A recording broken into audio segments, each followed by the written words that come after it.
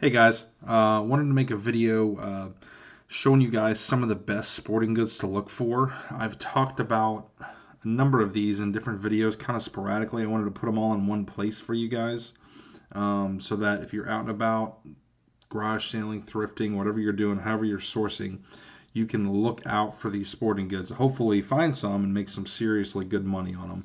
I think a lot of people don't source sporting goods or they just kind of look past it, but there's a lot of really good money to be made. So I'm going to show some stuff that you should look for and kind of how you can go about doing it.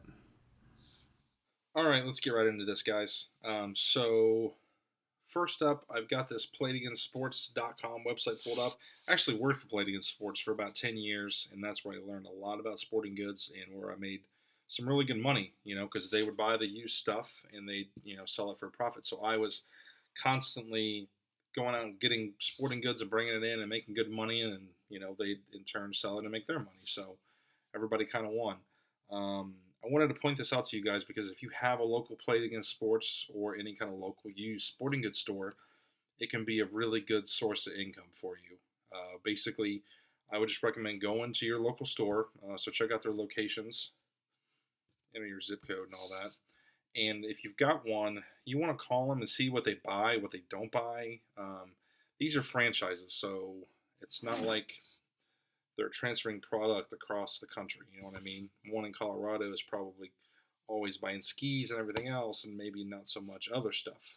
Like the ones here in Ohio, I know, at least the ones in my area, right now they're kind of overloaded on golf clubs and skis, so we're not bringing that type of stuff to them. We're trying to cater to what they need, and you want to build that relationship and really bring them some good stuff. And sports equipment is easily found. You'll see it all the time. It's probably right under your nose. You just really haven't been looking. But definitely you can make a lot of money doing that. So I just wanted to point that out first. All right, we're going to get into some of the higher dollar items you can look for at yard sales. First up, these Powerblock dumbbells. You've probably seen some adjustable dumbbells. These are, in my opinion, the best ones out there. They're also very valuable. These are all used that I'm showing you. All this stuff I'm getting ready to show you, all these solds on eBay, is all used merchandise. And these things are just incredible. They've got a great resale value. And basically, you can just adjust the weight of these dumbbells from pretty small to big. I think the biggest ones are like 90 pounds or something crazy like that. Some of them do have the stand. If you can find the stand with it, you'll definitely get a lot more money for them. Don't think I'd want to ship these. This would probably be a local sale. Another great local sale would be this Schwinn Airdyne. This is one of the best exercise bikes ever made. If you look at it, it doesn't look like much. It just kind of looks like a junky old exercise bike, but they're built to last. They're really, really nice. I've sold ones that were 20, 30 years old, and I've still got a couple $100 for them. You probably need, a van or some type of bigger vehicle to really be able to haul these around, but these can make you some good money, and they're usually quick flip for me. Another good local sale would be the Concept 2 rowing machine. This is one of the best rowing machines that you'll see out and about. You don't see them all the time, but I usually pick up one or two a year. Brand new, they're about $1,000, and they're surprisingly lightweight. They come apart, as you can see here. This one was separated right in the middle. It just kind of locks into place, and it uses air to create the tension. It's a pretty great design, and they're really, really good sellers. I've sold a lot of these through the years, and it's always been for 400, 500, sometimes more. But yeah, they're really nice machines that you can flip for a really good profit. Next up, Rydell football helmets. This is actually my listing right here. I just sold this one a few days ago.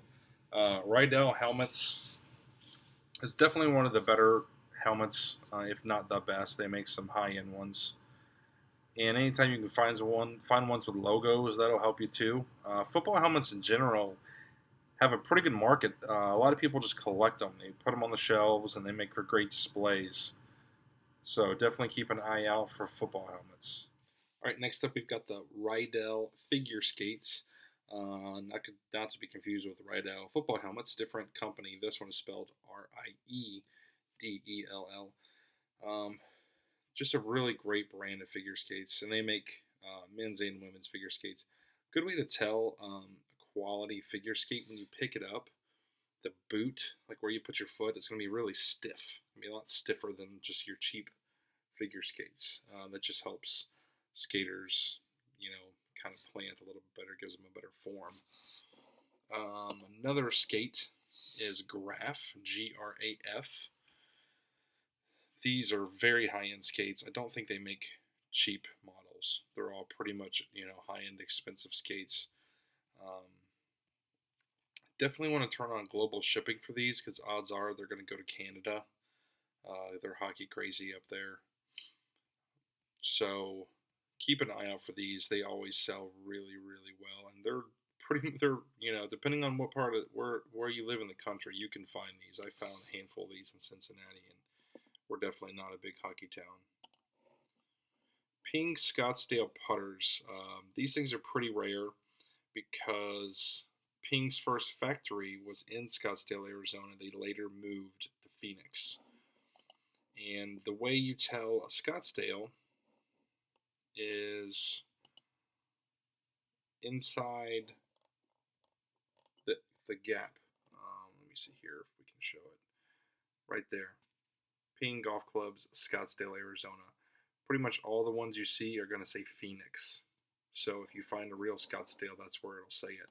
They've made some Scottsdale models since then, but they're just not worth what the original Payne Scottsdale putter is worth. So keep an eye out for those. Softball bats. Gosh, I've sold so many softball bats over the years.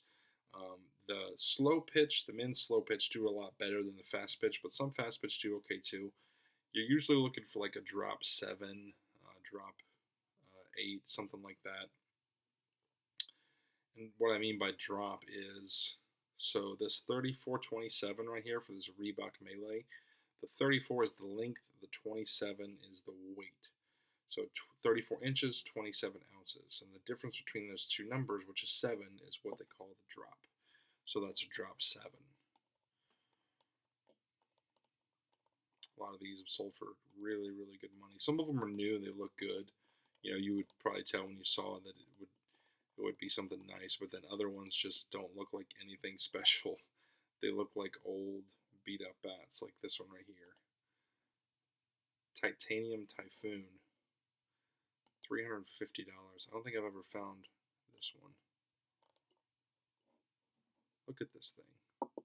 This just looks like a cruddy old bat, to be perfectly honest, and sold for $350.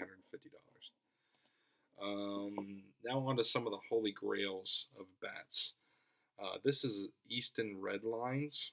These are drop 5 or -5. Really, really nice bats. These are selling, right around $400 or $500. Even better than those is the Easton Z2K. These are also going to be a drop 5. Super, super high dollar items. I've only found 1 or 2 of these bats over the years. Rawlings Heart of the Hide gloves. These are really nice. A lot of times you can just feel a difference when you pick up a really nice glove. And Rawlings Heart of the Hide will always say it. It'll say it right on the glove. Sometimes in the palm, sometimes somewhere else. This one, it was a Johnny Bench model. So let's see here. Yeah, wingtip. And then right there in the palm, Heart of the Hide. Wilson A2000 is another really great mitt to look out for. It's always going to say it right on the outside. Like this one's got it, A2000. These things sell for hundreds. And there's older models too that, aren't quite as new and fancy that bring really good money. Used wrestling shoes, believe it or not. Some of these sell for really high dollar.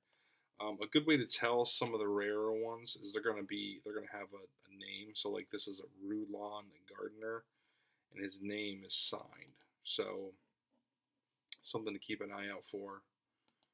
is if you do come across some used wrestling shoes, and see, they just took me to a totally different listing. I hate when they do that. The signature, okay, so if you see the signature, it's on this right shoe. It's above those orange streaks. You can see the signature a little bit. I don't think they showed any close-ups of it, unfortunately, but that signature will give you an idea of rarity. Not always, but it'll at least tell you the name, and that's how you can search. You can search by that name. That'll kind of get you started. Scotty Cameron putters. These things are terrific. All Scotty Cameron putters have some really good value. I think the cheapest one I've ever sold was for about $80, and a lot of them sell for $200, $300, $400 pretty easily. If you've got the head cover with them, that'll definitely help the value. But keep an eye out for Scotty Camerons. Beryllium copper irons by Payne. These things have some awesome value. They look like cruddy old irons. They don't look like anything special, but they're made with beryllium copper. So they hold their value really, really well. A lot of these are like 20, almost 30 years old. Some of these are. The Ping I2 model. Even if you find a wedge, like a lob wedge, sand wedge, a lot of times you can get $100 just for that. Last but not least, Babolat tennis rackets. This is Babolat. Really, really nice rackets. They don't make any kind of cheap ones. I'll tell you guys a quick tip to a good way to tell a quality racket from a junk racket is this part right here. Okay, so when you're looking at a racket, the connection, so right here, this is all one piece. You see how that's just seamless right there? This is all one piece. On a junk racket, or a cheaper racket, that connection there is going to be two pieces. You'll kind of see like a hinge that's keeping that together. That's always how you can tell a cheap from a good one. And the good ones just feel a lot better in your hand. They're a lot lighter weight, just much better quality. That's all I've got, guys. I have also made videos in the past about golf clubs, baseball bats, and baseball gloves, kind of just going more into the depth on those specific items. So I will put links to those videos in the description of this video so you guys can check that out. If you have any sporting goods related questions, feel free to ask me. I'd be happy to help. Thank you for watching, guys, and have a great day.